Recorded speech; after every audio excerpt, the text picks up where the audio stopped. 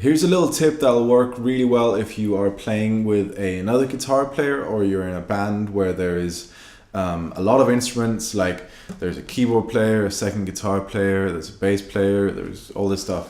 So if you're all playing a progression, like let's say A minor, G, and F, right? So let's say the other guitar player is playing, right? Now chances are the bass player will be playing something that involves, hopefully, the root note of those chords. So now you've got two instruments playing this root note. The bass player will be an octave down from this, and you've got the rhythm player playing.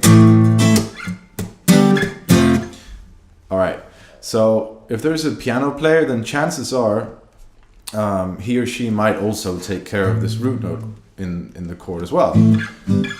So now you've got three people playing the same note. Now there's no reason for you to then also play it, right? So what you can do is, if you've got this chord here, then these two notes here, bar them with your first finger and then move 2 frets up on the G string. So you've got the octave there. It's just a little bit different sounding, but you're not upsetting any of the tonal balances in there. All right, so this is an A. It's an A5. It doesn't have a third in there, so you can play this over a minor or a major chord. And then just move it back, and it creates a G, and then an F. So the way to think about this chord is that the second note, that is the root note of the chord. So in this case it's A, move it up here to B, or B flat, or A flat. However you want to move, sorry, what? F sharp. So you can move this about as you see fit. In the case of playing an A minor, G and an F, I'm going to play it here.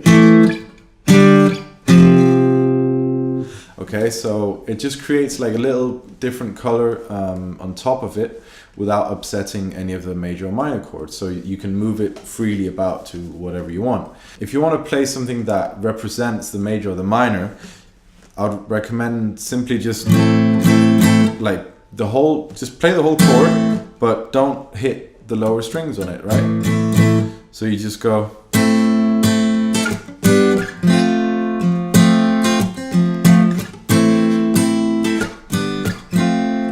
Okay, there's more than enough information in there when you've got a big band playing around it as well. The whole point is to not step on each other's frequency spectrum, if that makes any sense.